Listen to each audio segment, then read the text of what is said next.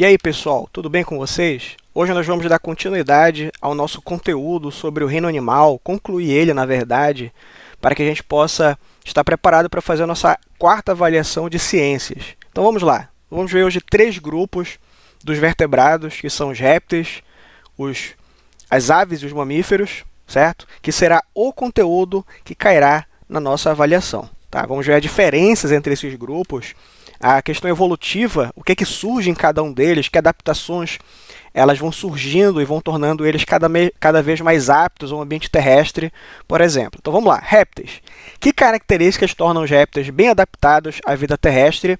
Quantos exemplos de répteis você conhece? Estamos vendo aqui na imagem um camaleão, que é uma espécie de lagarto, né? Um lacertídeo, um escamado. Então vamos seguir em frente. A pele dos répteis, ela é grossa, ela é seca, ela é impermeável, com uma camada de células ricas numa proteína chamada de queratina. Então, aqui de cara, nós temos logo uma resposta para uma das perguntas, né, que nós podemos nos fazer. Porque nos grupos anteriores nós vimos que os vertebrados, a partir dos peixes, eles vieram a se adaptar ao ambiente terrestre já na forma dos anfíbios, e a partir daí, durante a história evolutiva, surgem os primeiros tetrápodes, que são os animais que têm 4 membros, locomotores, 4 pernas. Só que os anfíbios, como nós muito bem vimos no nosso assunto anterior, eles eram mal adaptados no ambiente terrestre. Eles viviam ainda parte do tempo na água, parte do tempo na terra, a pele deles era muito fina, eles eram ectotérmicos, ou seja, a temperatura corporal ela não era constante, então se tivesse muito frio ou muito quente, o animal sofre com isso. E pelo fato da pele deles ser muito fina e desprotegida, eles se desidratam com muita facilidade. Então ainda era um grupo de animais, ainda é um grupo de animais terrestres, mas que vive ali naquele limite entre a água e a terra. Já os répteis, eles seriam o primeiro grupo que vai apresentar adaptações definitivas para o ambiente terrestre. E uma delas é o fato da pele deles ser grossa e ela ser coberta por essa proteína chamada de queratina, que faz com que justamente a pele deles se torne impermeável, ou seja, a água não entra e nem sai com facilidade do corpo deles através da pele, fazendo com que eles não se desidratem com tanta facilidade como ocorria com os anfíbios. Então você vai passar, a partir desse grupo, a encontrar algumas espécies que vivem no deserto, por exemplo. Vocês já devem ter visto em documentários, em vídeos, em programas da televisão, de lagartos que vivem no deserto. São animais, são répteis que são adaptados a viver num ambiente onde tem pouquíssima água. Por esse fato dos répteis terem essa pele grossa e queratinizada, eles justamente não conseguem mais respirar pela pele, como era também uma das características dos anfíbios. Os anfíbios conseguiam respirar, parte da respiração deles era pela pele. Eles tinham pulmões, mas os pulmões deles ainda eram primitivos, rudimentares. Pulmões que não conseguiam suprir toda a necessidade de oxigênio do animal. Então, parte da respiração deles ainda era pela pele fina deles. Já a partir daqui, dos répteis, pelo fato da pele deles ser grossa, impermeável, queratinizada, eles perdem essa capacidade. Então, por conta disso, eles vão apresentar já pulmões mais desenvolvidos. Pulmões, vocês podem perceber pela imagem que o pulmão do anfíbio ele é muito mais simples do que o pulmão de um réptil. Vamos avançar aqui. Assim como os anfíbios e peixes, os répteis são ectotérmicos. Relembrando aqui que ectotérmicos são animais, são seres vivos que não conseguem controlar a temperatura corporal. São animais que não conseguem controlar a temperatura corporal, ou seja, se estiver muito frio no ambiente, o corpo deles tende a ficar frio também. Se ficar muito quente, a temperatura interna do corpo tende a ficar muito quente ou muito frio, dependendo da temperatura ambiental. Esse aqui é um problema para esse tipo de animal, porque num ambiente muito quente, eles precisam achar estratégias para fazer com que a temperatura corporal não fique nem muito fria e nem muito quente, dependendo do hábitat desse animal. Nós sabemos que tem animais que são adaptados a esses extremos, mas a grande maioria dos répteis eles têm essa limitação. A circulação, ou seja, o sistema circulatório dos répteis é semelhante à dos anfíbios, né? A gente vai perceber que eles vão ter apenas 3 cavidades também no coração deles, assim como os anfíbios. Fazendo uma retrospectiva, lembrando desde os peixes, nós vemos que os peixes tinham um coração apenas com 2 cavidades, ou seja, o sangue do peixe, tanto o sangue rico em gás carbônico como o sangue rico em oxigênio, ele se mistura, tornando o sistema circulatório dele mais simples, mais primitivo, menos eficiente. Já nos anfíbios, nós vamos, a partir do momento que os anfíbios eles apresentam um coração com 3 cavidades, né, esse animal ele vai passar a ter uma mistura menor no sangue dele. Então ele passa a ser um sistema circulatório um pouco mais eficiente. E os répteis também vão apresentar essa característica, né? Eles têm um coração também com 3 cavidades. A excreção dos répteis é uma adaptação ao ambiente terrestre. Então, eles vão excretar as substâncias tóxicas que são produzidas pelas células deles de uma maneira que ela é adaptada para o ambiente terrestre, né? Ou seja, ela é uma substância pastosa, né, que ela é eliminada pelo sistema excretor deles. A reprodução dos répteis ela acontece toda de forma interna, então a fecundação ela é interna. Sempre você vai ter o macho injetando, colocando dentro da fêmea os seus gametas, né, os seus espermatozoides, para que a fecundação, ou seja, a fusão entre o óvulo e o espermatozoide, ocorram dentro do animal. E o desenvolvimento do embrião ele ocorre dentro de um ovo, e aqui uma observação, com casca, porque o ovo já existia há muito tempo, né?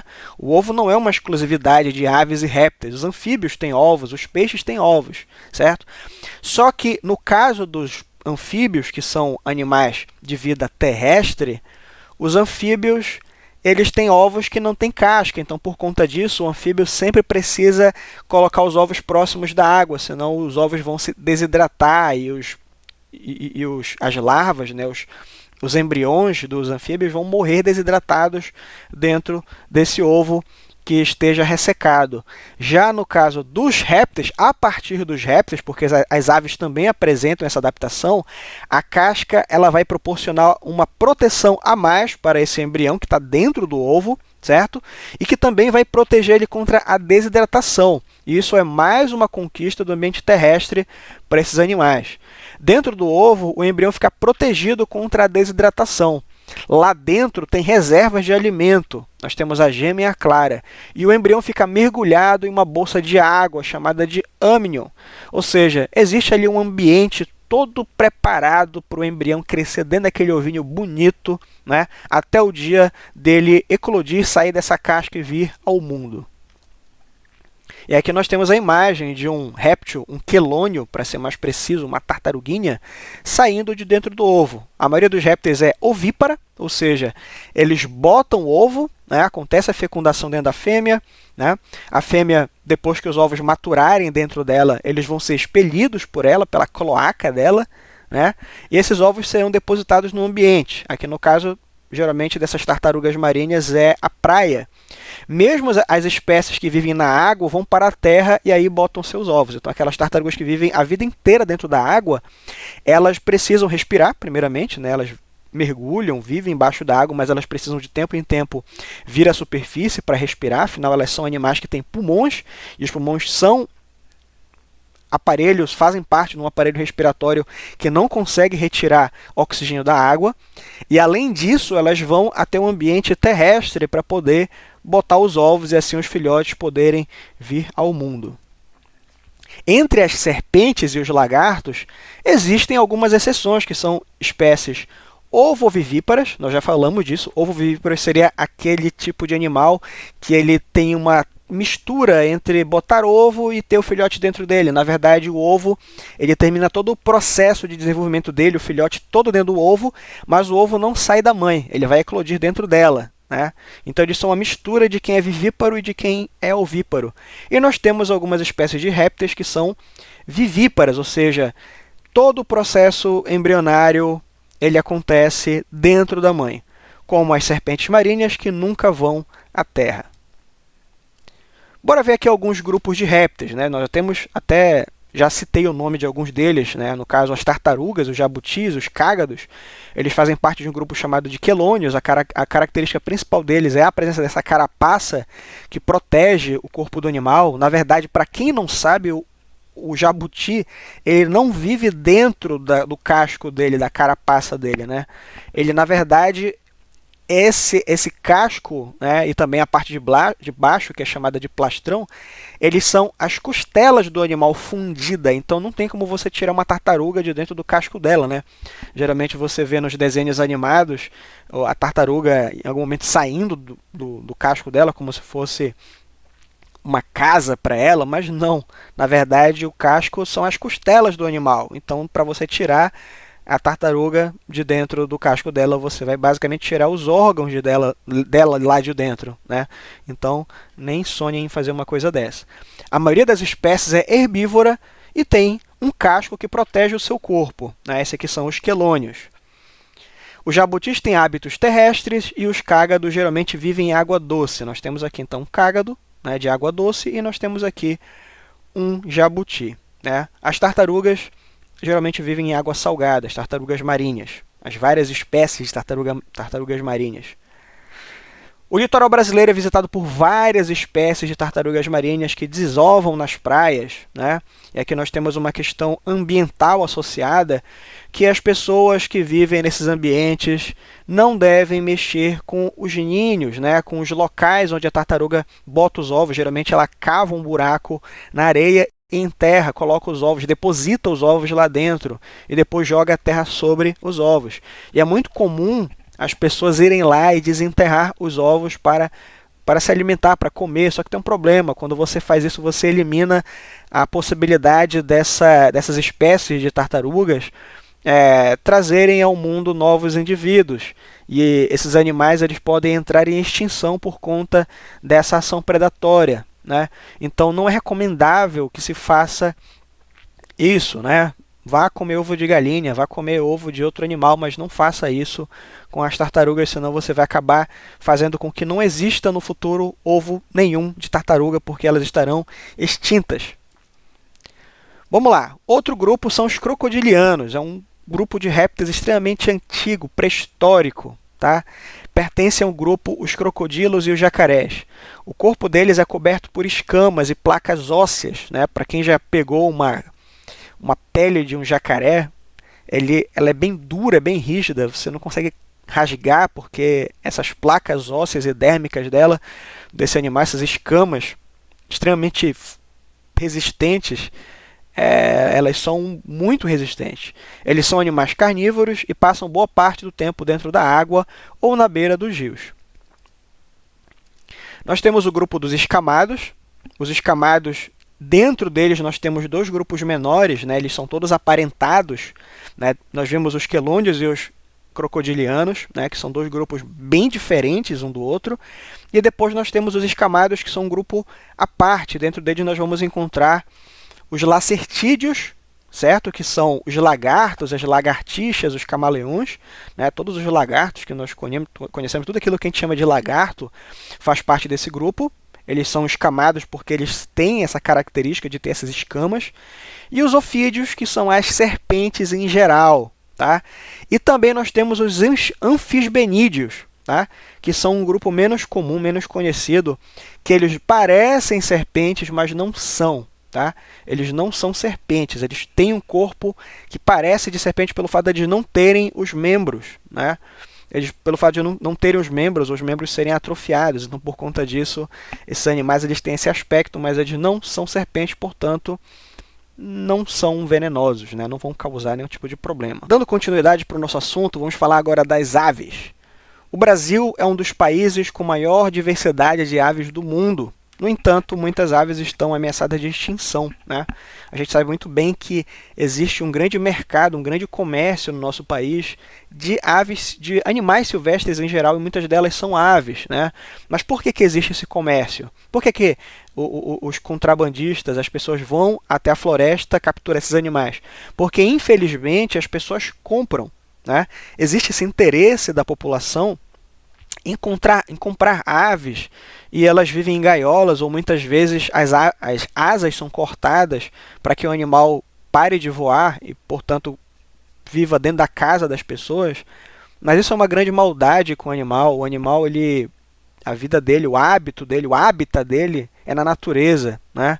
Se a gente faz isso com esses animais, a gente corre o risco de levar eles à extinção, né? Porque como eles não estão na natureza, eles não vão se reproduzir, né? E não se reproduzindo, não vai haver uma reposição das espécies, dos indivíduos que forem morrendo na natureza. Então, ao fazer isso, ao comprar esse tipo de animal, ao você criar esses animais silvestres, as aves, os pássaros, você corre o risco de levar esses animais à extinção, ou seja, a gente nunca mais vê eles na natureza, nem na natureza e muito menos presos, porque eles vão desaparecer do planeta, né? Então aqui uma questão ambiental, de consciência ambiental, né? Qual é a graça de você manter um animal desse preso em casa? Para ouvir o canto dele, para ouvir ele fazendo barulho, mas o animal não está feliz, né? Não é melhor deixar ele na natureza, onde ele vai ser livre para viver a vida dele, para fazer os hábitos dele? Fica aqui a dica para vocês, não se interessem por esse tipo de coisa, porque além de ser um problema ambiental, é um problema ético e, no meu ponto de vista, não tem graça nenhuma. Que diferenças existem entre o corpo das aves e o corpo dos répteis? Vamos ver aqui agora algumas diferenças, né? Porque a partir dos répteis nós temos uma conquista definitiva do ambiente terrestre. Nós temos um grupo de animais, de vertebrados, que eles não são mais limitados à água, né? A casca, o ovo com casca, a presença de queratina da pele, a evolução do pulmão dos animais fez com que eles se tornassem bem adaptados ao ambiente terrestre. E em que ponto isso vai para um outro nível quando nós falamos de aves? Vamos ver aqui. Que adaptações ao voo há no corpo das aves? Geralmente, quando a gente fala de ave, logo a gente pensa nos pássaros, né? São animais que voam, a grande maioria deles. O corpo das aves, assim como o dos mamíferos, eles são endotérmicos. Então, ainda há pouco nós falamos que os répteis eram ectotérmicos, ou seja, a temperatura corporal deles variava com a temperatura ambiental. A partir daqui, nós vamos ver que as aves e os mamíferos, eles mudam essa característica. Eles são o que a gente chama de endotérmicos, né? A palavra endo significa interno, então eles conseguem controlar, eles conseguem manter constante a temperatura interna do corpo deles por uma série de adaptações. Então isso aqui é mais um passo na conquista do ambiente terrestre, dos hábitats dos hábitats do planeta, dos biomas, dos ecossistemas do planeta Terra, porque o fato de um animal, de um ser vivo ser endotérmico, confere uma característica vantajosa para ele para ambientes com temperaturas mais elevadas ou menos elevadas, ou em que a temperatura varia, né, de mais elevada, menos elevada, muito quente, muito frio. Por quê? Porque o corpo do animal produz calor quando está frio para manter a temperatura dele quente, ou seja, naquela temperatura original, a temperatura normal do corpo dele. E quando está muito frio, ele também tem uma série de adaptações para manter a temperatura do corpo constante. As aves são bípedes e a forma dos pés está diretamente relacionada com o modo de vida de cada ave. Os pés têm diversas funções, como caminhar, correr, nadar, segurar presas. Aqui nós temos uma perna, né, um pé de uma ave adaptado para o solo, né, para o solo. E aqui nós temos um pé de uma ave adaptado para o nado. Você pode perceber pelas membranas do pé dela. Se a gente tivesse aqui, por exemplo, uma garra, né, os pés de uma ave de rapina, que são aquelas aves que são caçadoras, como as águias, os falcões, os gaviões, a gente veria aqui um pé com garras bem avantajadas, com garras grandes, porque seria uma adaptação para segurar uma presa, né? As aves são os únicos animais que apresentam penas, que são estruturas leves e flexíveis formadas por queratina. Então nós falamos da queratina lá nos répteis, que a queratina ficava na superfície da pele deles, formando, no caso da tartaruga, o casco dela, as escamas da tartaruga, formando no crocodilo ou no jacaré as placas ósseas, as placas dérmicas, no caso dos escamados, formando as escamas das serpentes, as escamas dos lagartos. Já aqui nas aves, a queratina ela vai estar presente nas penas dos animais, né, das aves. Os ossos das aves são ocos, e aves voadoras possuem uma saliência no osso do peito, chamado de esterno, que é o que a gente chama de quilha ou carena. Essa quilha está relacionada, na verdade, toda a anatomia corporal, o formato do corpo da ave, ela está relacionada com a forma aerodinâmica do animal. Então, a ave, além de tudo que a gente falou, ela tem uma série de adaptações para ela poder voar. Então, por conta disso, olha aqui a imagem mostrando um osso, né, com as cavidades cheias de ar no interior do osso da ave. Por quê? Para que esse animal seja leve, para que ele consiga sustentar o voo. Eles têm uma musculatura peitoral bem desenvolvida, no caso das aves que têm o hábito de voo, né? Uma musculatura peitoral bem desenvolvida, que é justamente para que ele tenha força nas asas para poder sustentar o voo. E além disso, as penas que também conferem o aerodinamismo para a ave, deixam ela leve, né, para poder sustentar o voo dela. Os músculos associados ao voo são, em geral, bastante desenvolvidos. Em algumas aves, o peso do músculo chega a 30% do peso do corpo do animal. Então, em algumas aves, você vai ter, como eu falei ainda há pouco, a musculatura relacionada ao voo bem desenvolvida. Os ossos ocos, músculos desenvolvidos e as penas são apenas algumas das adaptações ao voo que as aves apresentam. Aqui a gente está vendo todo o esqueleto, né, aqui de uma ave. Nós temos aqui a carena, né, que dá apoio aos músculos da asa, que além de conferir a aerodinâmica para a ave, também vai dar sustentação para os músculos que vão sustentar, que vão fazer a força para a asa da ave bater, né? Os 4 dedos permitem a ave marchar ou se agarrar a um galho. As vértebras da cauda, elas são unidas e sustentam as penas da cauda. Como é que as aves se alimentam? Geralmente o tamanho e o formato do bico estão adaptados ao hábito alimentar das aves. Então a gente vai ver uma série de bicos diferentes, né? Nós temos aqui, por exemplo, um pica-pau, que o bico dele é bem fino, né, que é adaptado para que ele bata, né, no tronco da árvore, para ele poder retirar os insetos, os invertebrados, a comida dele, né, que está presente no tronco da árvore. Nós temos aqui o beija-flor, que tem um bico também bem fininho, né, que ele é adaptado para que ele consiga enfiar esse bico lá dentro da flor para poder retirar o néctar. Nós temos aqui essa ave, uma garça, que é uma ave que ela vive geralmente próximo ao ambiente aquático, né? O bico dela também é bem comprido. Ele é um bico que ele serve para pinçar o peixe, né? Os animais que vivem no ambiente aquático, que vão servir de alimento para ele. E aqui nós temos o bico de uma ave de rapina, né? Essa ave de rapina é carnívora e o bico dela ele é propício para rasgar a carne do animal que ela for se alimentar. As aves possuem um estômago mecânico, que é chamado de moela, que tritura o alimento, né? A gente sabe que as aves não têm dentes. Então, como é que a ave vai fazer para poder triturar o alimento para fazer a digestão dela? Ela usa a moela, né, que está bem aqui. Vamos ver aqui a moela. Aqui a moela, olha.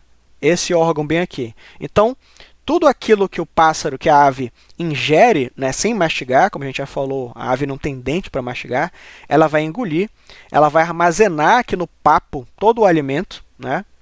E depois aqui do papo, gradativamente esse alimento vai passar para a moela, onde essa moela vai se movimentar e vai triturar o alimento, como se fosse o trabalho que a nossa boca faz quando a gente mastiga um alimento. Ela possui também um estômago químico que produz os sucos digestivos. Então, assim como acontece com a gente, né, nós temos também essas duas etapas da digestão, que é a digestão química e mecânica, sendo que a maior parte da digestão mecânica é feita pelos nossos dentes e pela nossa mandíbula quando a gente mastiga o alimento. No caso da ave, a moela faz essa parte da digestão mecânica, né, onde o alimento vai ser triturado. Nas aves que comem sementes e grãos, existe ainda o papo, como eu já disse ainda há pouco para vocês, onde o alimento é armazenado e também amolecido, né, para ele ser preparado para ser triturado na moela. Com relação à respiração, as aves elas fazem trocas gasosas nos pulmões delas, né, aos quais estão ligados aos sacos aéreos. Então, nós estamos vendo aqui o pulmão do animal e vários sacos aéreos, que são câmaras que ficam ligadas ao pulmão, que elas ficam cheias de ar. Esses sacos acumulam o ar inspirado pela ave e o bombeiam para o pulmão, aumentando a eficiência respiratória. As aves possuem um coração com 4 cavidades, então a partir aqui das aves nós vamos encontrar 4 cavidades no pulmão, no coração, né? A gente vai ver isso repetir também lá nos mamíferos. Não existe mistura de sangue rico em gás carbônico e gás oxigênio, né? Então, nós vamos ver aqui animais que não vão ter essa mistura dentro do sistema cardiovascular. As aves não têm bexiga urinária e os rins eliminam uma urina pastosa junto com as fezes, né? Então, esse tipo de animal, assim como a gente viu lá nos répteis, né, eles vão eliminar uma substância pastosa, né, uma mistura da urina com as fezes, que vai ser da forma que ela vai eliminar as toxinas e os restos alimentares do organismo dela. Com relação à reprodução, as aves elas apresentam sexos separados e a fecundação delas é interna, né? A fecundação interna é aquela que acontece dentro do corpo da fêmea. As aves são todas ovíparas, então toda ave bota ovo, tá? Várias espécies de aves apresentam um comportamento sexual muito elaborado, né? Existem aves que fazem danças elaboradas, muitas vezes até engraçadas, né, antes de fazer a corte, para que o macho consiga conquistar a fêmea. Nós temos machos, como aqui o caso do pavão, que ele vai ter essa cauda em forma de leque exuberante que vai atrair a fêmea. Nós temos alguns casos de aves que elas constroem um ninho e a fêmea ela vai escolher o ninho que ela achar mais interessante entre os ninhos feitos por vários machos, né? Ela vai escolher apenas um para poder se acasalar com o animal e poder colocar os ovos. Para terminar a nossa explicação, nós vamos falar agora do último grupo de vertebrados, que são os mamíferos, né? Finalmente chegamos, depois de todo esse estudo do reino animal, ao grupo que nós pertencemos, né? Que seria o grupo dos mamíferos. Nós somos da ordem dos primatas. Nós somos parentes próximos desses camaradas que estão aparecendo aqui na imagem, que são os bonobos, os chimpanzés. Nós e os chimpanzés somos mamíferos. Além disso, somos mais parecidos com os chimpanzés do que com qualquer outro animal que exista nesse planeta. Você sabe dizer por que os seres humanos fazem parte do grupo dos mamíferos? Nós vamos entender qual é a característica que une todos os mamíferos e o que nós temos como característica que faz com que nós façamos parte desse grupo. O nome mamífero indica uma das características exclusivas desse grupo, que é a fêmea possuir glândula mamária. Não que o macho não tenha uma glândula mamária, mas ela é atrofiada e não fabrica o leite, né? Então é uma característica exclusiva. Qualquer animal observado na natureza que tiver uma glândula mamária, a fêmea, né, e ela produzir leite e o filhote se alimentar desse leite, vai ser considerado um mamífero. Tá? Não é a única característica dos mamíferos, mas é a de cara a característica mais marcante, né? Além das glândulas mamárias, os mamíferos apresentam também glândulas sudoríferas, que são as glândulas que produzem suor, né? Faz parte do sistema que regula a temperatura corporal no nosso organismo, no organismo dos mamíferos. E glândulas sebáceas, que produzem um óleo responsável por lubrificar os pelos. Os pelos, que também são outra exclusividade dos mamíferos, apenas os mamíferos vão apresentar pelos. Lembra que nós falamos da queratina nas aves e da queratina nas escamas dos répteis? Aqui nos mamíferos, a queratina está presente nos nossos pelos, tá? Formam uma barreira protetora contra a perda de calor. Então, nós temos aqui os pelos, que vão proteger a maioria dos mamíferos contra o frio, e nós temos as glândulas sudoríferas, que protegem alguns mamíferos contra o calor, né?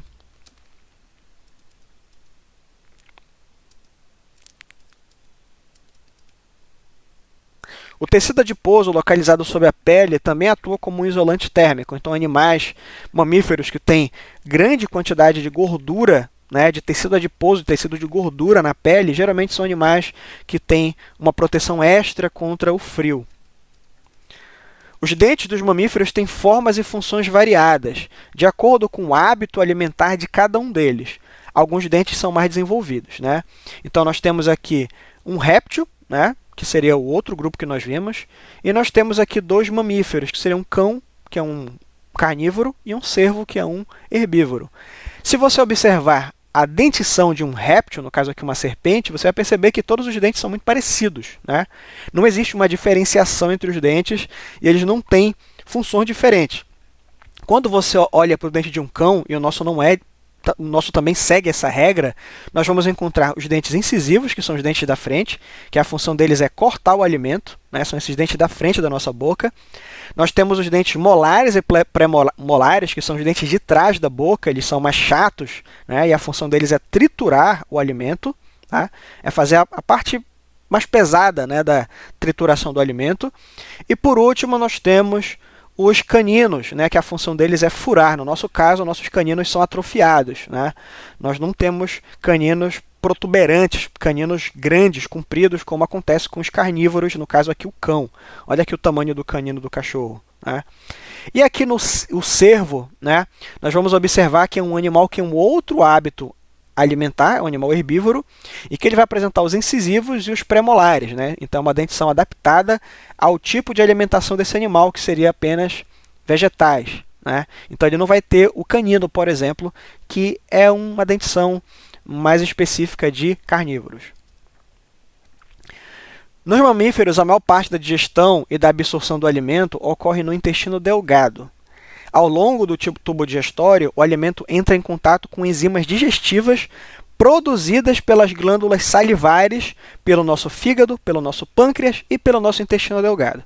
Então, os mamíferos eles têm um processo digestório mais complexo, né? Nós temos várias enzimas produzidas por vários órgãos acessórios do nosso sistema digestório, né? Desde a nossa boca, quando a gente bota o alimento na boca, a nossa saliva já contém algumas dessas enzimas que vão começar a digestão química do alimento. A gente mastiga o alimento, fazendo a digestão mecânica, triturando o alimento com os dentes.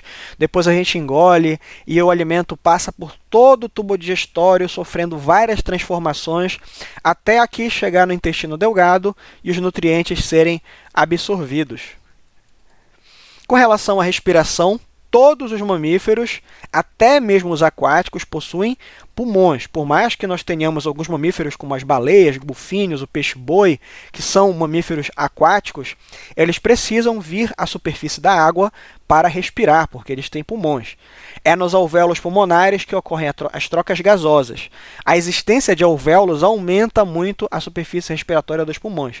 Então, nós temos aqui o sistema respiratório humano, né? Aqui, pela cavidade nasal, o ar entra, ele passa por todos os órgãos aqui do trato respiratório, laringe, traqueia, brônquios, até chegar aqui nos bronquíolos, né?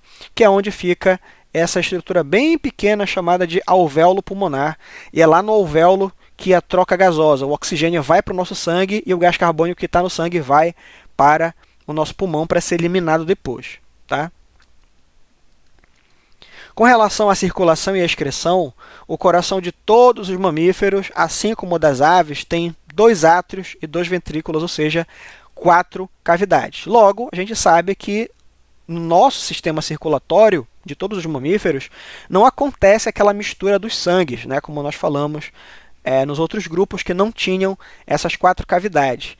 A eliminação de substâncias tóxicas nos mamíferos ela é feita por um sistema urinário. Aqui nós estamos vendo um sistema urinário humano, que é formado por um rim, que é um filtro, né, por onde o sangue passa, e as substâncias tóxicas são retiradas, né? As substâncias tóxicas chamadas de excretas, elas são tiradas do sangue, tá?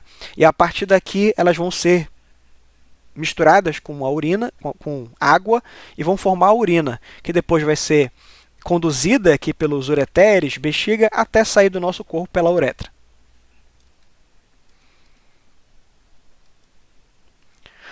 O sistema nervoso dos mamíferos ele é formado por um encéfalo, por um sistema nervoso central, que nós vamos encontrar nosso encéfalo, né? No encéfalo fica o nosso cérebro, e pela coluna pela medula espinhal, que também faz parte do sistema nervoso central. E a partir dele, os nervos vão se espalhar por todo o nosso organismo. O cérebro dos mamíferos é muito desenvolvido em relação a outras partes do encéfalo, o que lhe confere uma grande capacidade de aprendizado, principalmente entre os primatas, né? A gente vai encontrar isso aqui, onde nós estamos incluídos. Dependendo do modo de vida do animal, alguns dos seus sentidos podem ser mais aguçados do que outros. Exemplo, os morcegos possuem excelente audição. Com relação à reprodução, todos os mamíferos, né, a grande maioria deles, é vivíparo e a fecundação é sempre interna. Só que nós temos algumas exceções de mamíferos que não são vivíparos, né?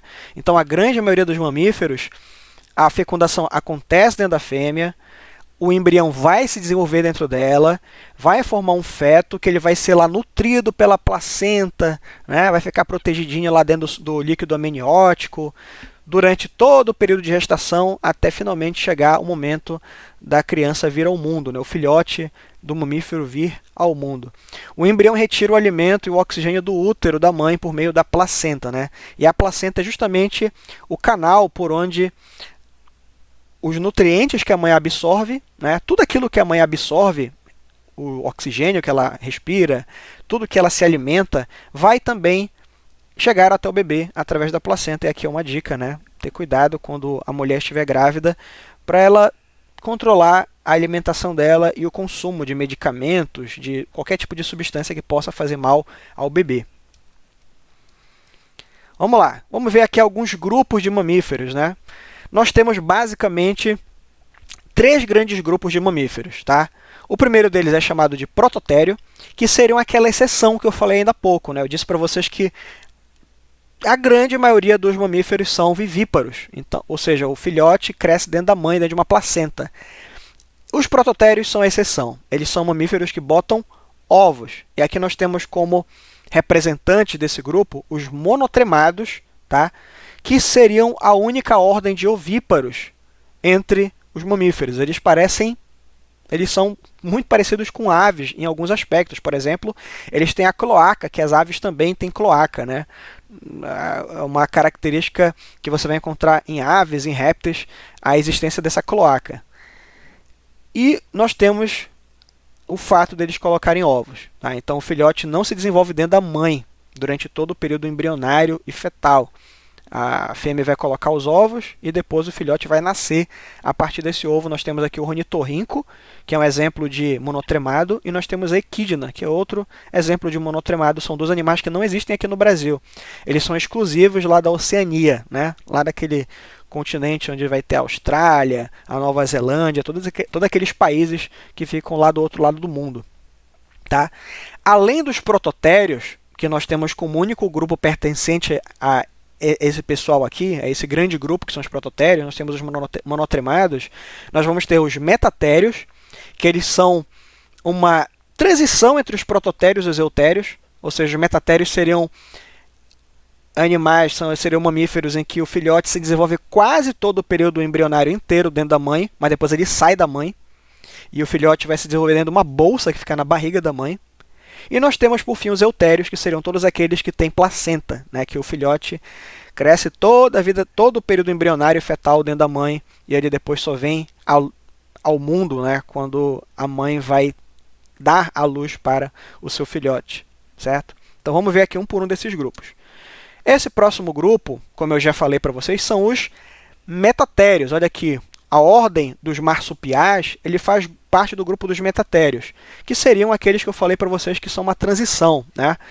Nesses animais, a placenta é pouco desenvolvida e o embrião completa seu desenvolvimento dentro de uma bolsa chamada de marsúpio, localizada no ventre da mãe.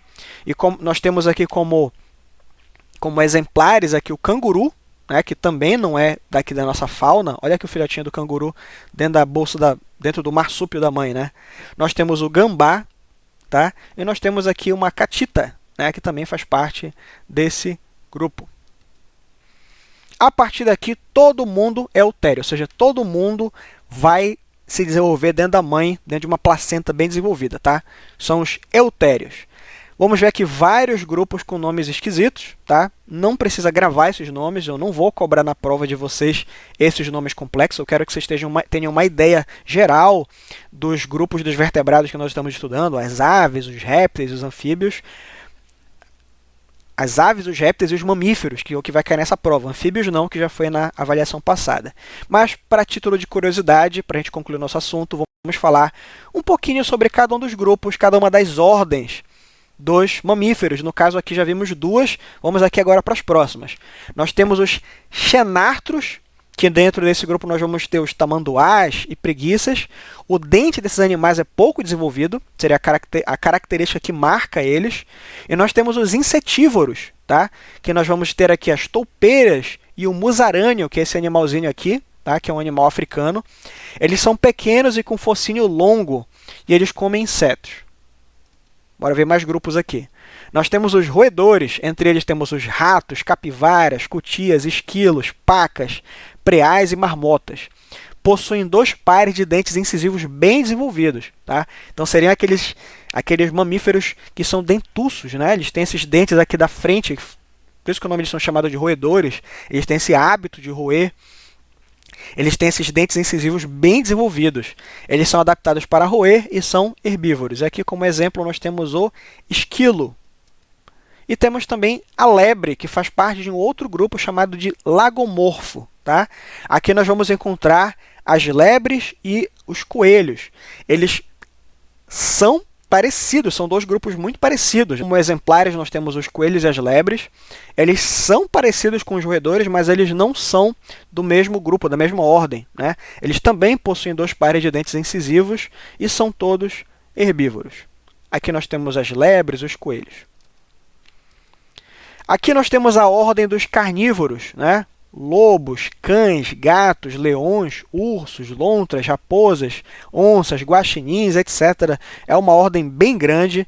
Ela é formada por animais por mamíferos que têm caninos bem desenvolvidos, tá? E aqui como exemplo temos um animal da fauna brasileira, o lobo-guará. A próxima ordem são os quirópteros, que é uma ordem dos morcegos, né? São os únicos mamíferos voadores, aqui é bem fácil de identificar. Os membros anteriores desses animais transformam-se em asas, né? Eles são adaptados ao voo. Nós temos os proboscídeos, aqui nós vamos encontrar os elefantes. O nariz e o lábio superior formam uma tromba. Os dentes incisivos superiores formam as presas, eles são todos herbívoros. E nós temos os artiodáctilos, né? Olha esse nome complicado. Aqui nós temos os bois, porcos, girafas, cabras, camelos, hipopótamos, lhamas. Vocês podem perceber que o boi ele é um parente da girafa, né? Faz parte do mesmo grupo. Eles são todos herbívoros com número par de dedos e cascos, tá? Então, o boi e a girafa, as cabras e os camelos, eles têm os cascos, né? Lá do pé deles, o casco deles é impar, né? Eles têm um par de dedos formando esses cascos aí. É fendido, né? Tem uma fenda no meio do casco, formando por conta dos 2 dedos que eles apresentam. Nós temos os perissodáctilos, que são os cavalos, as zebras, as antas, os rinocerontes. Eles também são herbívoros e eles têm os cascos em um número ímpar de dedos, tá?